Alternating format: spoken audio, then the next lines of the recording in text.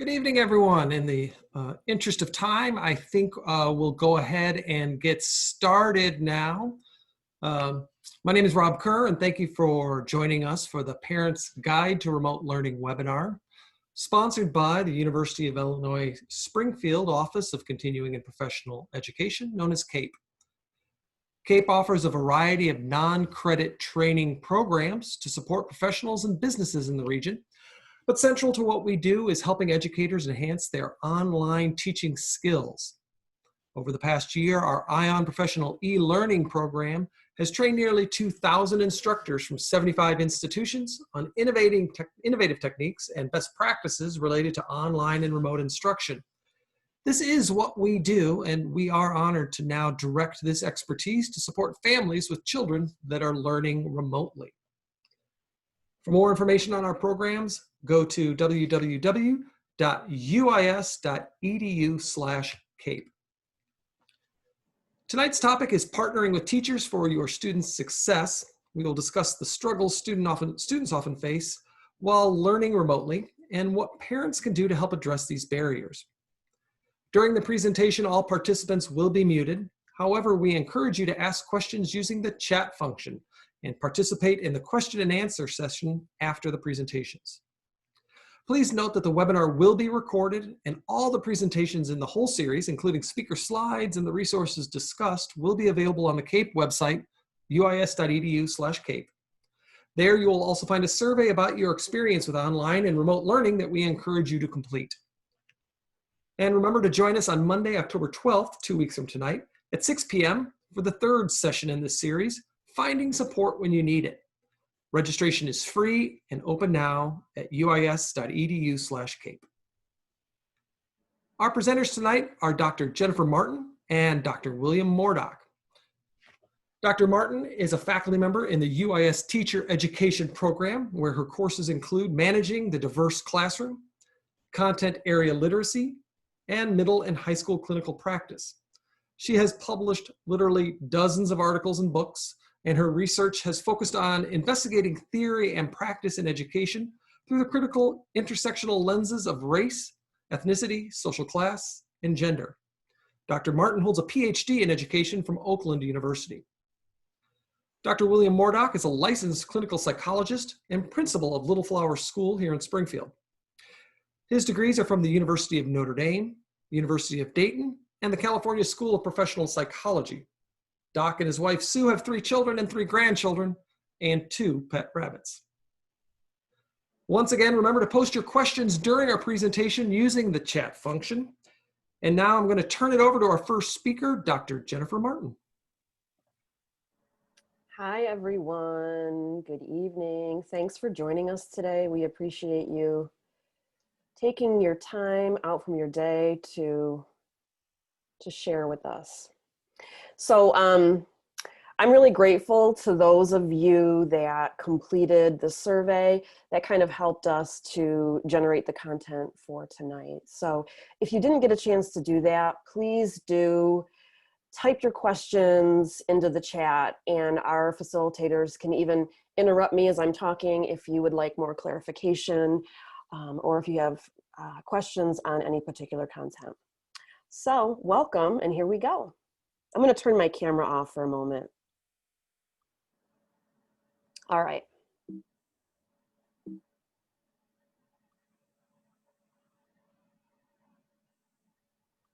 Okay, so my goals for all of us this evening are to reframe our thinking in terms of our mindset, in terms of how we can incentivize participation for our own students, our own kids, the importance of reading during this unprecedented time to sort of fill in some of the gaps, creating a safe space for your students, for your kids, and trying to be positive and have fun during this time. So I feel like having fun is a huge component to learning, and anything that we can do to facilitate that is a win-win for everyone. So my goals for you, maybe you have your own goals and hopefully you do, but my goals for you are to kind of think of 5 takeaways from the content that I'm presenting to you. And our collective goals are to share and learn from your experiences. So we really would like to have your feedback and know about your experiences so that moving forward, we can build better programs for you and even answer and address some of the questions and issues that you're experiencing right now. All right, so the first thing I want to talk about is the research around growth mindset. And I want to thank and acknowledge my colleague, Dr. Lane Morsch, for inspiring me to get into this work. So there are two sort of mindsets according to Dweck's work. There is someone who has a fixed mindset and someone who has a growth mindset. And as teachers and as parents and as learners, we really want to try and facilitate more of a growth mindset in ourselves, in our colleagues, in our students, in everyone. It's more of an open-minded orientation with regard to learning. The good news is this can be changed, okay? So if you have a more, and this is learned behavior, and again, it can be changed. So if you have more of a fixed mindset orientation, you believe that intelligence is static. You might feel like, I'm terrible at math and I can't do it. And so you have more of a closed-minded mentality when it comes to learning that type of content. However, if you have a growth mindset, you feel that intelligence can be developed, and with more practice, you can learn and grow and get better. Oftentimes, these fixed or growth mindset orientations come from negative experiences with learning, and we all have had those. Again, the good news is developing a growth mindset is possible for everyone, and mindset orientation can be changed. So again, trying to move this. Okay, here we go. All right, growth mindset. If you have a growth mindset orientation, you analyze your mistakes, you tend to accept challenges, you believe that you have the ability to learn new things, and you are inspired by the success of others. On the other hand, if you have more of a fixed mindset, you feel like your aptitude is unchangeable. You may avoid challenges to avoid feeling not smart. You may avoid failure, and you may give up easily. So, and you may have seen these types of behaviors in yourself along the way, in your colleagues, and in your own kids. And again, we want to try and facilitate or develop more of a growth mindset in everyone around us. And I'm going to give you some tips on how we can try to do that. So why is mindset important? Research indicates that student success correlates with mindset. So students who have more of a growth mindset orientation tend to be more open to learning challenges, tend to do better, tend not to give up. They do better when their perseverance is challenged. People with a growth mindset have more persistence. They do better on standardized tests. They're more positive when experiencing failure, quote unquote. And they even have a decrease in cheating. So here's what you can do regarding growth mindset. And if you have given more of a fixed mindset feedback, don't worry about that. We've all done that. But when we know better, we can do better. So in order to reinforce a growth mindset in your children and your students, you can say things like, instead of saying, you're really smart at that, you're really gifted at math, you want to praise more of the effort and the process than the aptitude, right? Because aptitudes are changeable and malleable. So you could say things like, good job, you must have worked really hard at that. You really studied hard for that. I can see how much you improved. That seems difficult for you. It may take extra work for you to improve your abilities, or you may need some new strategies. Let's work to figure out how we can get you some new strategies so that you can find more success. So we want to avoid fixed mindset language and fixed mindset feedback. The things to remember. Again, good news. Our brains are constantly being rewired. When we have new experiences, we can create new pathways. Mindset, and particularly having a growth mindset orientation, is vital for success. Mindsets can be changed. And we as parents and teachers, a lot of teachers that are working with your students know this research. They try to facilitate more of a growth mindset orientation. So you can help with that by giving more of a growth mindset type of feedback to your students, to your children. Okay, so as Rob said in the intro, I'm in teacher education, so I work to prepare teachers. And I've been talking with a lot of teachers right now. And I know you have it, everybody has it tough right now. Parents do, teachers do.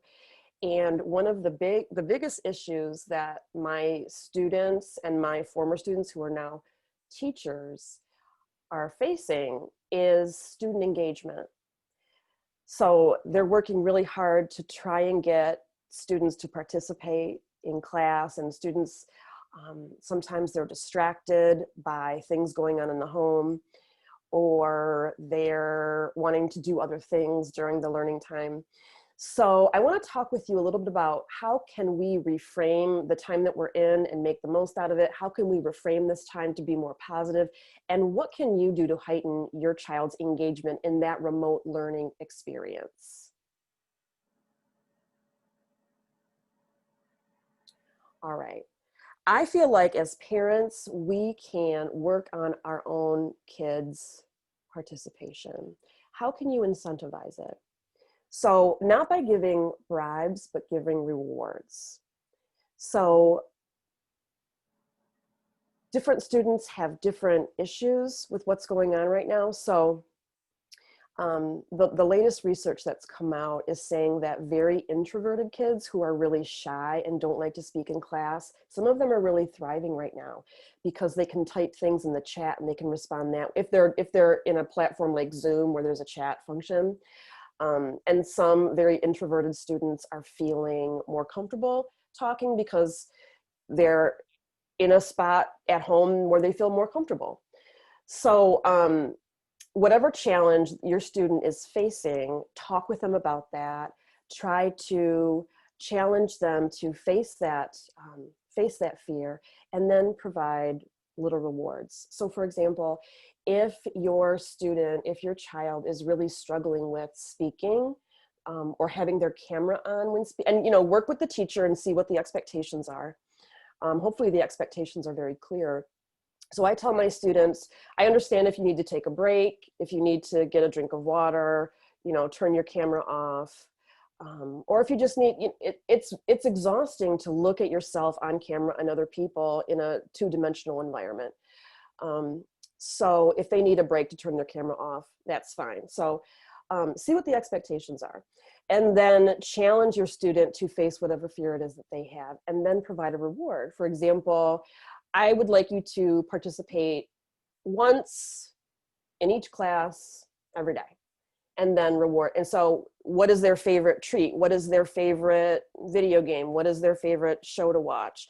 Maybe you could do a reward movie night. You get to pick the movie on Netflix at the end of the week if you've finished, fulfilled the goal. Small things like that can really help.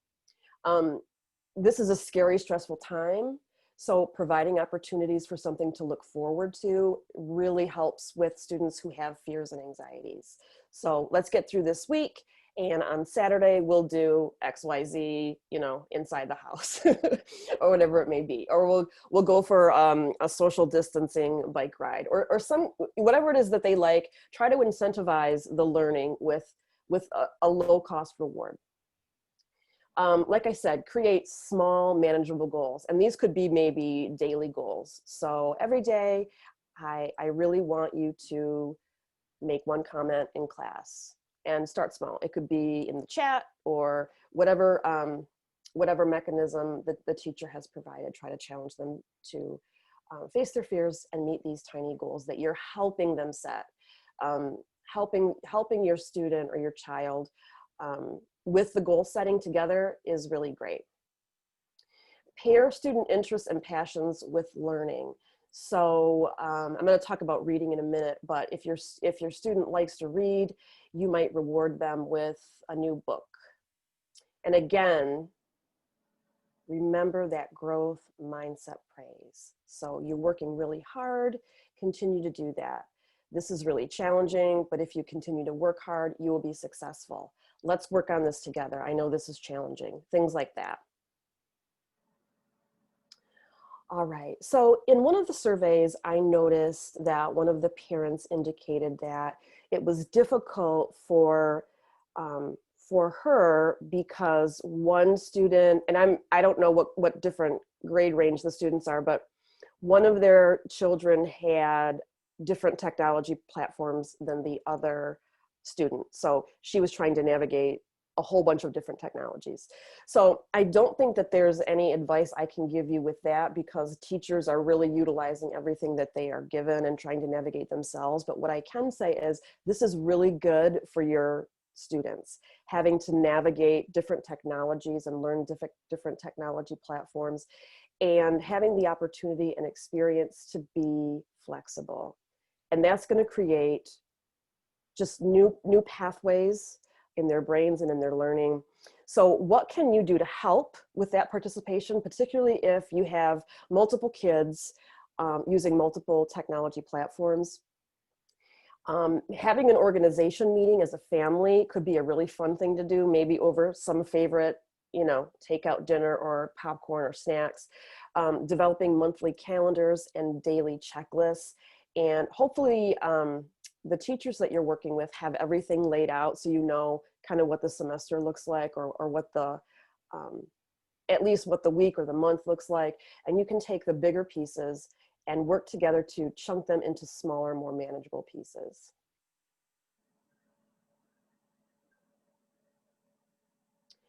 And again, we need to be realistic about participating. So like I said, this is a time of great fear and anxiety. So you want to be able to have, allow your students, your children to have scheduled screen breaks. So if they have a consistent amount of time they need to be in remote learning, maybe not going on the computer right after that, chatting with friends, give them time from the screen, outside time with animals, time with books, time away from the screen, because being in front of that screen for hours and hours and hours, and then using that as your recreation time too, can be really exhausting. And then when they come back to the screen the next day for remote, they might be even more negative about it. Again, creating small, manageable daily goals is really important. And keeping track is really important. So the teachers are keeping track, but if you can work with the teachers and help them to keep track of what your students are doing or not doing, or what they might need help with, that can be really great. And even teach, and depending on the age range of your children, helping them to learn how to keep track, have a planner, have a calendar, have maybe a whiteboard on the wall with a calendar on it. Just whatever that you have that you can use to help everyone stay organized and on the same page and know what's going on. So again, ideally, help your students to keep their own track. And how can you help them prioritize this organization? So being a college professor, we still struggle with our own college students on organization. So it's a great tool to start now, is to help them to keep track of their own goals and their own assignments, and to know what's ahead. 3, books. So important. Reading is so important. Literacy is so important. So I know everyone's concerned about some of the gaps that may have been created by COVID and the shutdowns, and some folks not having access to internet or struggling with technology and things like that. So we can minimize these gaps. We can minimize the summer slide, which is sort of the regression in where we are in our learning over the summer months when we're not in school.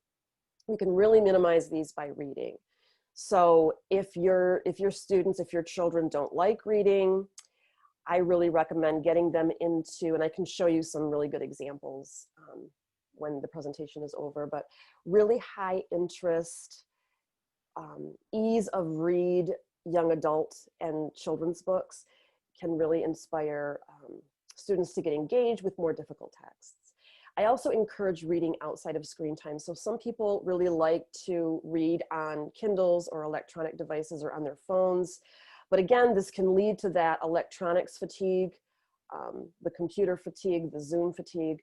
So putting books in your kids' hands is really important.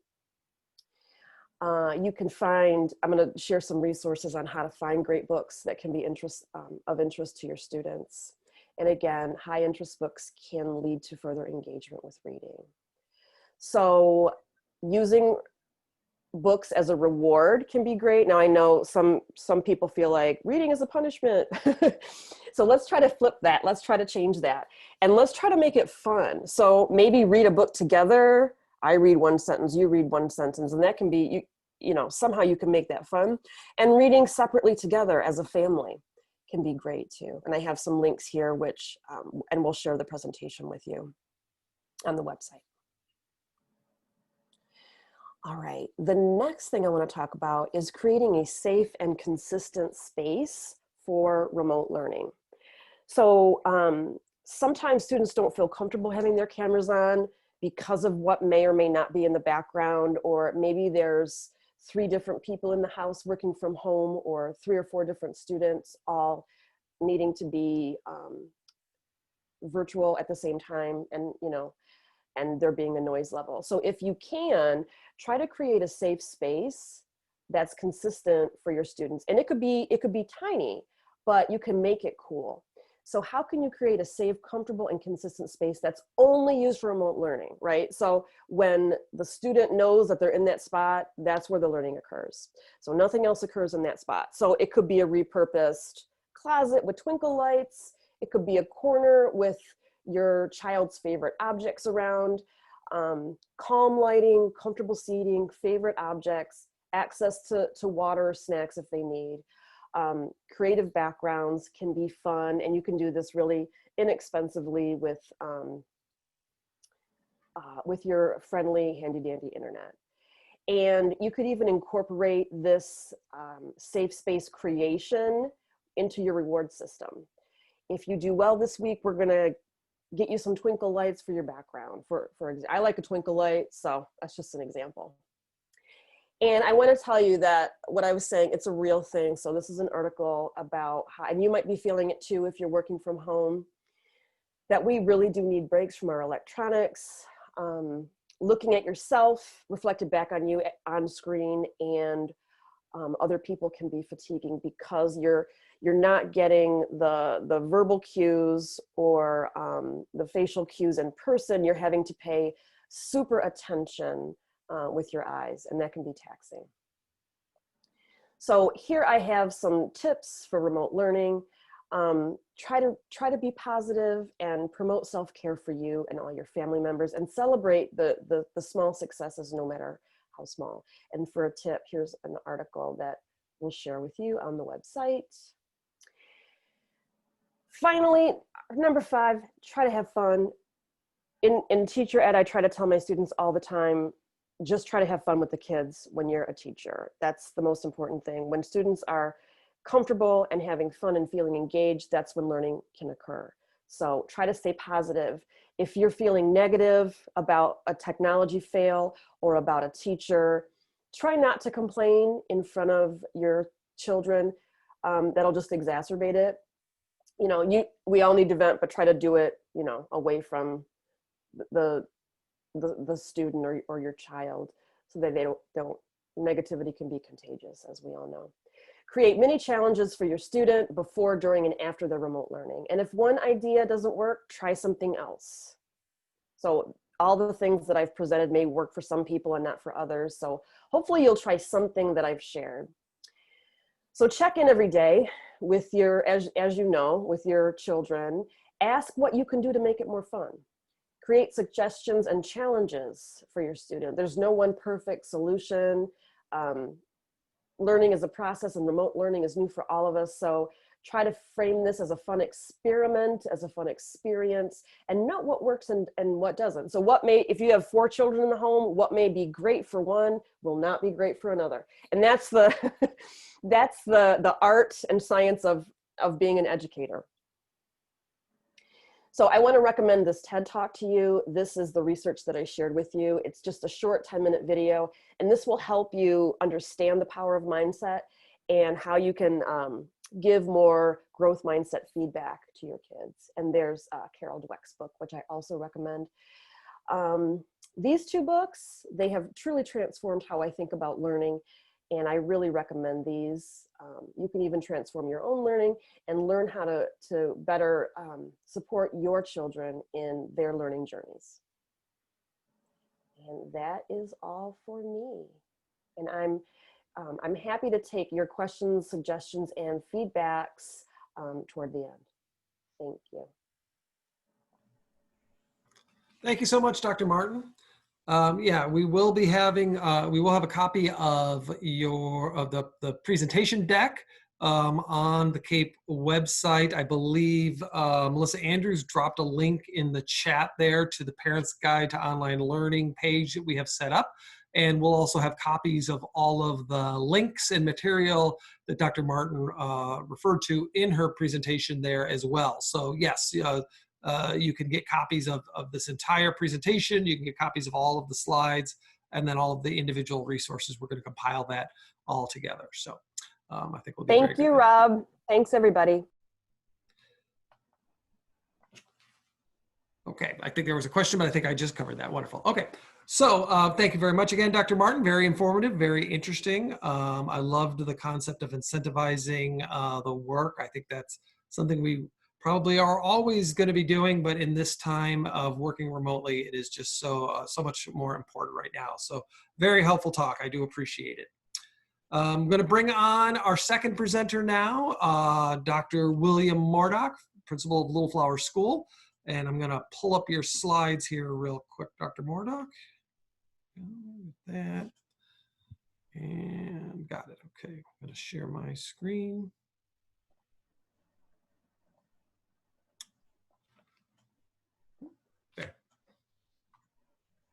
All right, good to be with everybody, and thanks for the opportunity.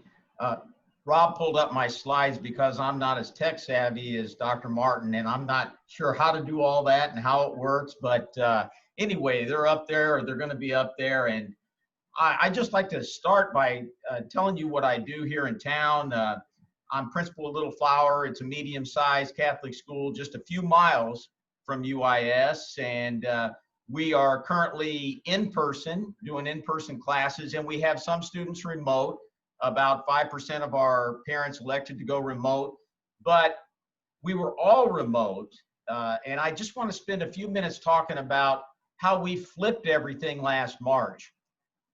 In my lifetime, I've never seen anything like we're in right now.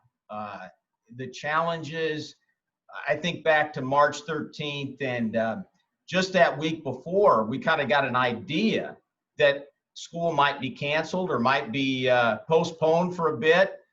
And then it happened so fast. Within a week, the dominoes fell, and I got my staff together on a Wednesday and said, hey, the governor may come out in a few days and say, we're going underground with this. You guys got to be ready to go remote learning.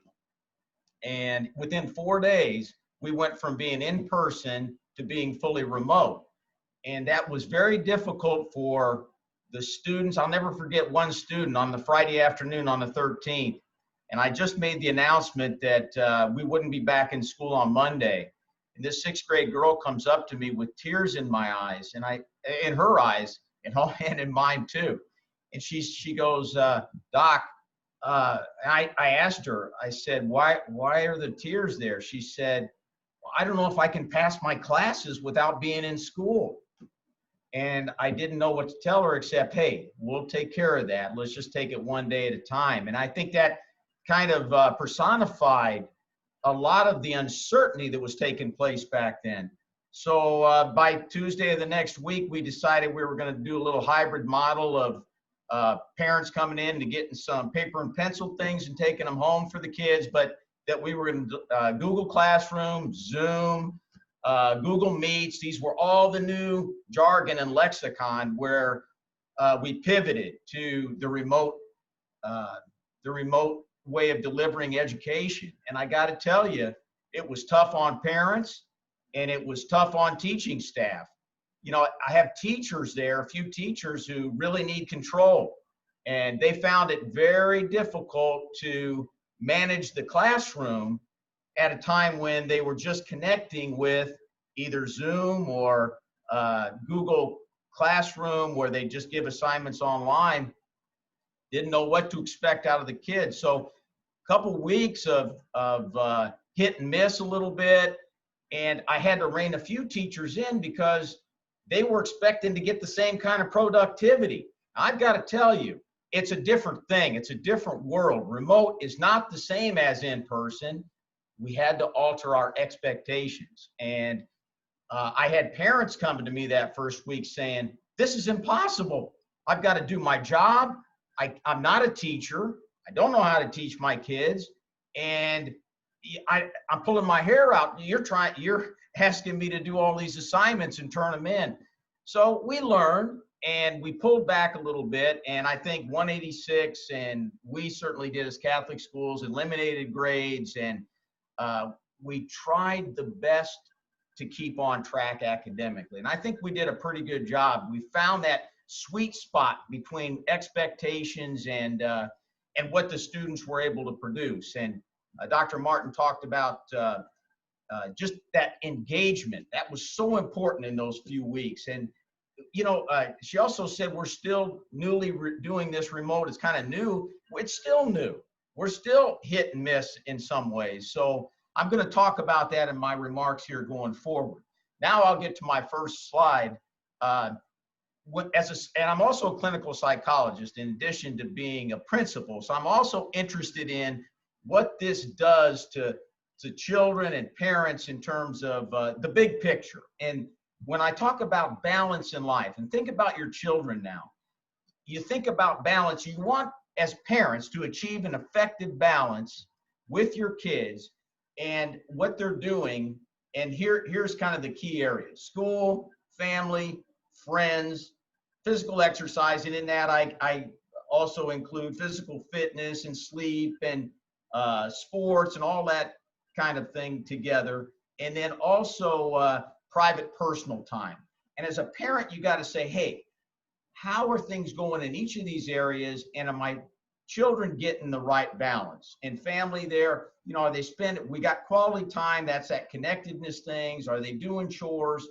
Are they spending time with extended family? Now, I use this as a psychologist. I also used it pre-COVID, but I think it's especially important during the time when we were shut down, and even now, where we assess, hey, does my child have a good balance?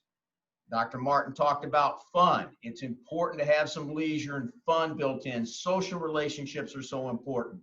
And when we were cut off, parents needed to find opportunities for their kids to have friends. We could go to the next slide there. Rob, you still there? Good, that's good. So parents' role in this whole remote thing: know the academic requirements and expectations, and that you get from the school. Know the academic requirements. What does the specific teacher expect out of your student? What are the assignments?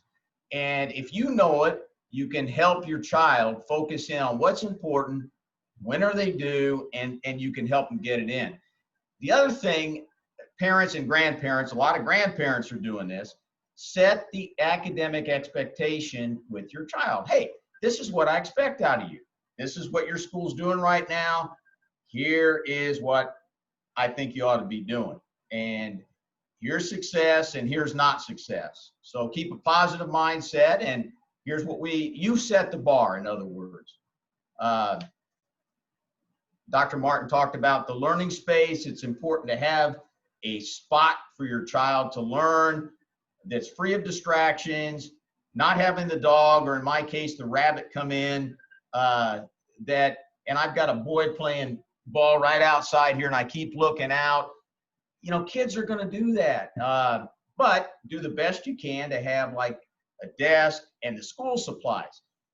One thing that my teachers said is a lot of times that during a Zoom meeting, the kids will be coming in and out because they don't have their supplies right there. That's kind of distracting. So make sure they have whatever they need, you know, a notebook, pencil, eraser, all that stuff that they need to make remote work. Ensure the technology is functioning properly. This is the biggest frustration for parents, for teachers, for students, is that it's not working properly. So, you know, I'm not an expert in technology, but to have the right device, to have it set the right way, you're going to get kicked out. Don't pull your hair out. It's going to not work right some of the time. That's just a given. And just let your teacher know if that's what's happening. Adult support, again, you know, we have a lot of different types of families. Sometimes there's adult support, sometimes not. In those families where there's a adult that can be there monitoring, it's best to monitor, don't do the work, but oversee it. You know, you're trying to teach independence, so, you know, you try to give minimal support when you can, but a lot of kids need more than minimal. So that's been part of the problem with remote. Establish your effective communication with your teacher, extremely important. Email, whatever form of communication they like to use, but be assertive when there's an issue. Communicate with that teacher, otherwise it's going to get overlooked and you're going to lose even more ground.